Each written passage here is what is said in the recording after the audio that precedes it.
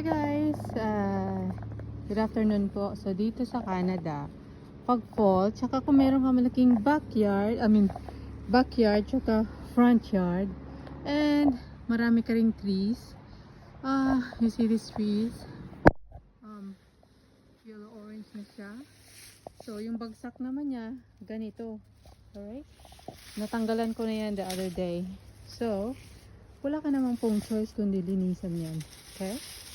So, yeah, because of those trees, hindi pa yung iba turning. Ayan.